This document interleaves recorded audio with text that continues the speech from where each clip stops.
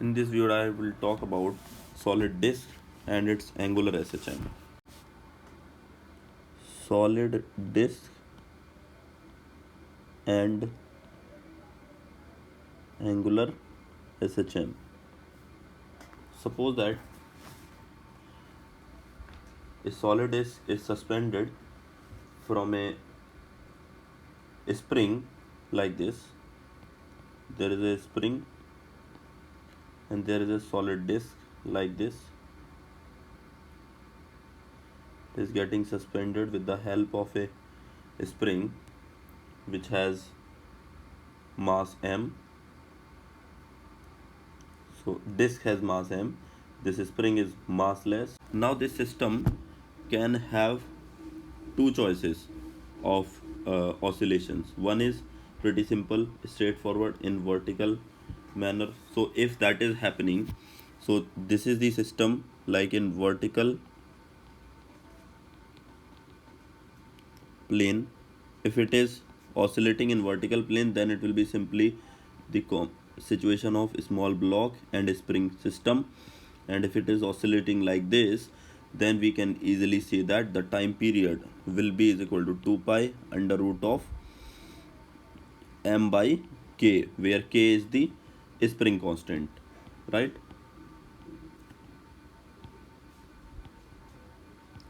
But here we have another choice. What?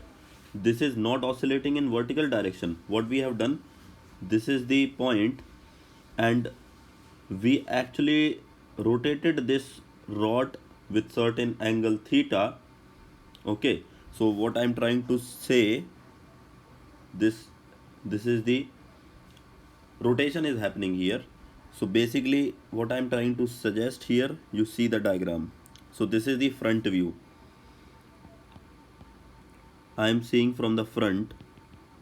Of course, this is the point which is in contact with the spring. So what I am doing here, so let us suppose this is the line.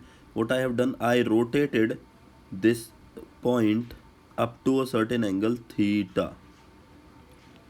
Okay, so theta angle is getting rotated. That means there will be a torsional constant and torque which is developed in this spring because of this rotation, forced rotation. You can understand, right? You have seen this thing in properties of matter. Torsional constant or strain. So torsional constant is nothing else, C. So if you do that, then restoring torque will be given by torque restoring is equal to C into theta if we displaced with theta angle. So the torque in SHM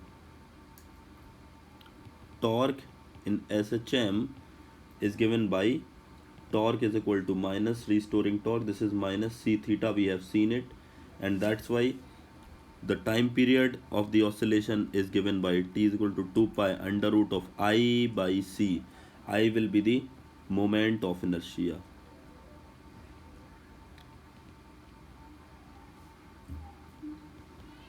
Right? So the question can come, like I'm taking one example here. What is the example?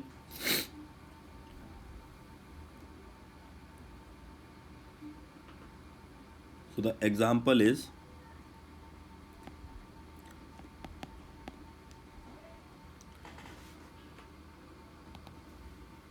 the time periods in both cases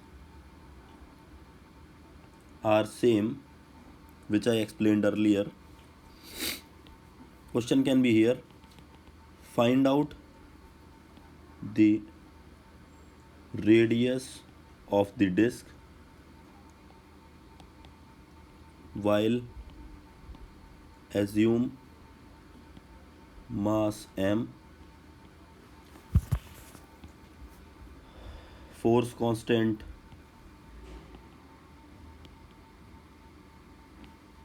k, and torsional constant C. So I need to find out the value of R. This question can come in NEET also. So if that is the case, how to do that? So we know that T1 was 2 pi under root of m by k when it was oscillating up and down in this format, and when it is in the rotatory motion, then T2 was 2 pi under root of I by c, right? When it was actually oscillating like this, in this fashion, okay, though in horizontal plane, this was happening in horizontal plane, correct? So both time periods I'm saying equal, that means 2 pi under root of m by k should be equal to 2 pi under root of I by c. So this 2 pi is cancelled out on taking a square. M by k is equal to I by c. Now we know that, let's say this point is O. So the value of IO is mr square by 2. We know that moment of inertia of disk perpendicular to the axis is mr square by 2. So if I utilize this thing, m by k is equal to mr square by 2 upon c. This m and m is cancelled out. So yeah, so further we can solve here.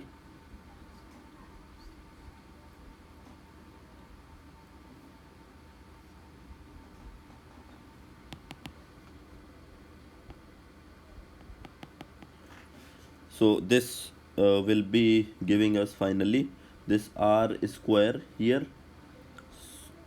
So here this is 1 upon k is equal to r square by 2c. So we want the value of r. So this is 2c by k and under root. So we obtained the value of radius in terms of torsional constant and force constant. Okay, so this question probably likewise these questions can come, and then this way you can solve such questions.